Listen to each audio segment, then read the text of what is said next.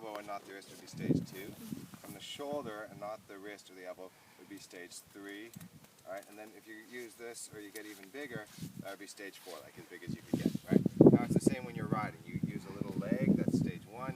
You use a little spur, that's stage 2. You use the whip, that's stage 3. You use the whip quite hard, that's stage 4.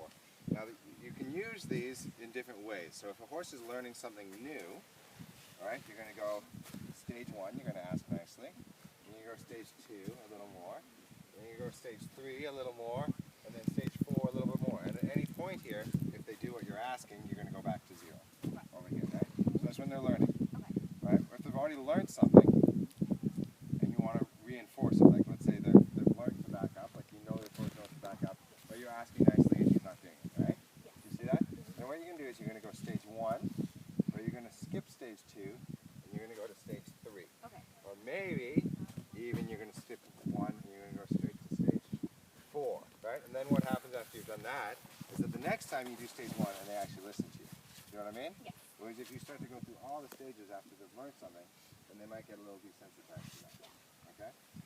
Now, you've got learning, you've got reinforcement. The third way is refinement. So let's say, do you know what piaffe or passage is? So that's in dressage when the horse like trots on the spot. You know that? Yes. So if you've got something and you want to refine it, and this is a good example, or even backing up, and they're backing up a little bit, and you want to be a little bit more, and then a little bit, and then a little bit more, or you're doing piaffe and you want a little bit more. If you go from 1 to 3, it's going to be total overkill, right? And the horse is going to get a little anxious. You just want to refine what you're doing. So then you're going to go 1, 2, 1, 2. All right? Because the horse is respecting what you want. It's not like you have to skip to 3. They're just not listening. You're just trying to get a little bit more. All right? The fourth way is in a safety way. So let's say I'm here, the horse flukes or something, and they're going to go over top of me. I'm going to get really big. I'm going to skip stages 1 and 2, and I'm going to go straight to stages 3 or 4. Okay? So you've got learning, reinforcement, refinement, and safety. Right? Now with this horse, what I saw you doing is I saw you skipping stage 1. Alright? Which means that the horse can do what you want, but you're never going to get it as soft or subtle as you want. And it's the same thing with riding. You want your aids to be invisible, right? Never seen a horse. Right? So he talks about invisible aids all the time. Okay? So if I want this horse to back up, you can see already how dull he is to this, and it's because you've been skipping that stage. Alright? So I'm going to go stage 1, and then stage 3. Alright? If I always skip stage 1, and I go straight to stage 3, it's going to get tougher and tougher to get the result I want. Alright? Which is nice before you do your own balance, but you get too excited. But also you want these aids to get a little sharper. And then there I get a little clicky and chewing and I give them a break. Okay? You're going to try this in a second. I do this once more. I'm just going to give a little, and then I'm going to get a little bit bigger. Alright? Think about it. And if when he rocks back and takes that step, if you can reward those little tries, it's going to help as well. Okay? And it's the same thing when you're going on the surface. Yeah. But you also want to catch him doing something right. Right? Like if he backs up a little bit, then you can reward that. Go ahead. Now, yeah, that's good. Give a little break. Now, with clucking and kissing, alright, and using words with horses,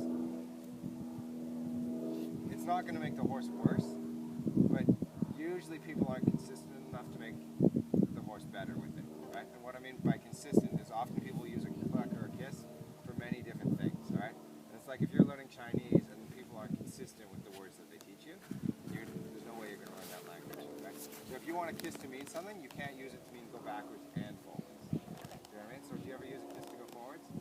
Yeah, you do. So I wouldn't use it to go backwards. Okay. Or if you want it to mean go backwards, never use it to go forwards. Okay. Okay? Yeah, very good. And then stop. Good. Now, the other thing you can do is you can make the contrast between when you're asking your horse to back up and when you're not asking your horse to back up bigger. And what I mean by that is that all you have to do is start to face your horse is square up your shoulders to your horse. So if I'm teaching a horse that I want him to follow me, all right, all I got to do is lean a little bit If I want him to stay where he is or back up, all I have to do is lean in towards him, and that is enough that they'll understand that. So that's how you can teach a horse to ground tie. And if you've seen people do demos, they'll lean a little bit towards the horse as they leave their horse, right? So I'm pushing air or leaning towards him as I lead, right? If I want him to come towards me as I lead, right? You see how he backed up there? Then I'm going to lean away from him as I lead, all right? Now, if I'm asking him to back up, all right, and he backs up, and I want to make the contrast bigger, once he's done backing up, I'm going to lean a little bit away from him, or turn a little bit away from him, or cock a leg, and just have quite a more relaxed posture. If I ask him to back up, and then my only thing is that I stop doing this, but I'm still kind of leaning towards him and have this look like I'm expecting him to do something, then it's not as big a contrast between the right thing and the wrong thing, right?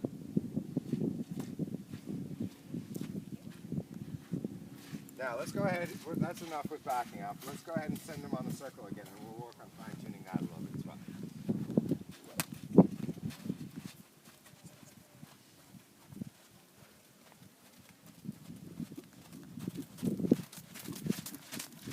So once he's out there and he's doing the right thing, same thing. How can you make the contrast bigger once he's doing the right thing that you're not micromanaging it? So you can stand still.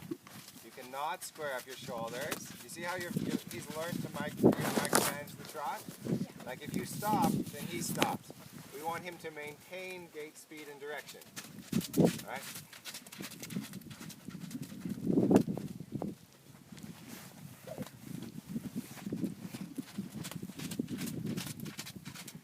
See if you can stand still and just let him go around behind you. Let me give you a little help with this. He's kind of talked you in. It's like, you know, like with the horses that you ride and you're having to always kick them? Yeah.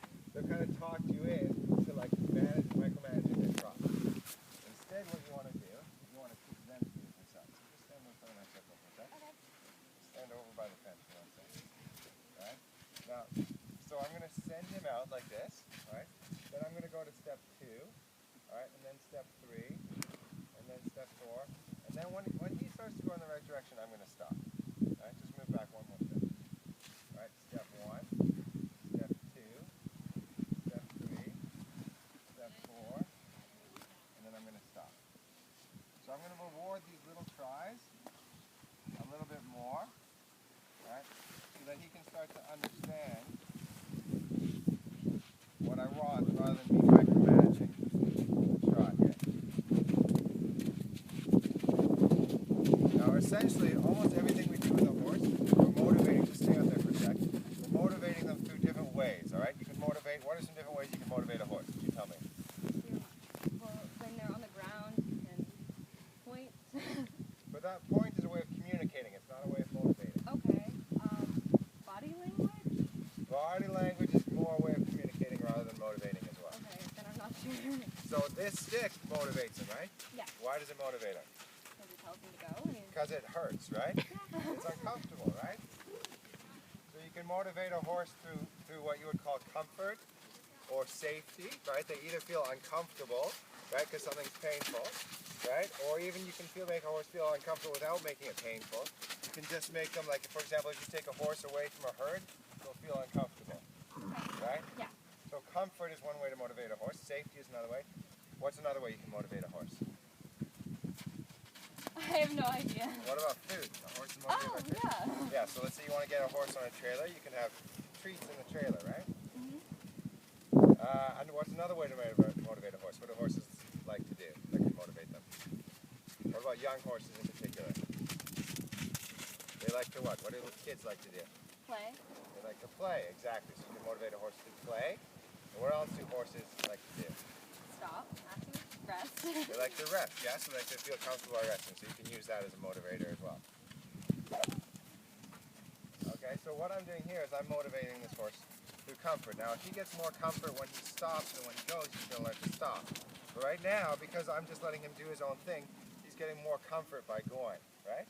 Now, when he stops, I'm going to point, and then you see all that.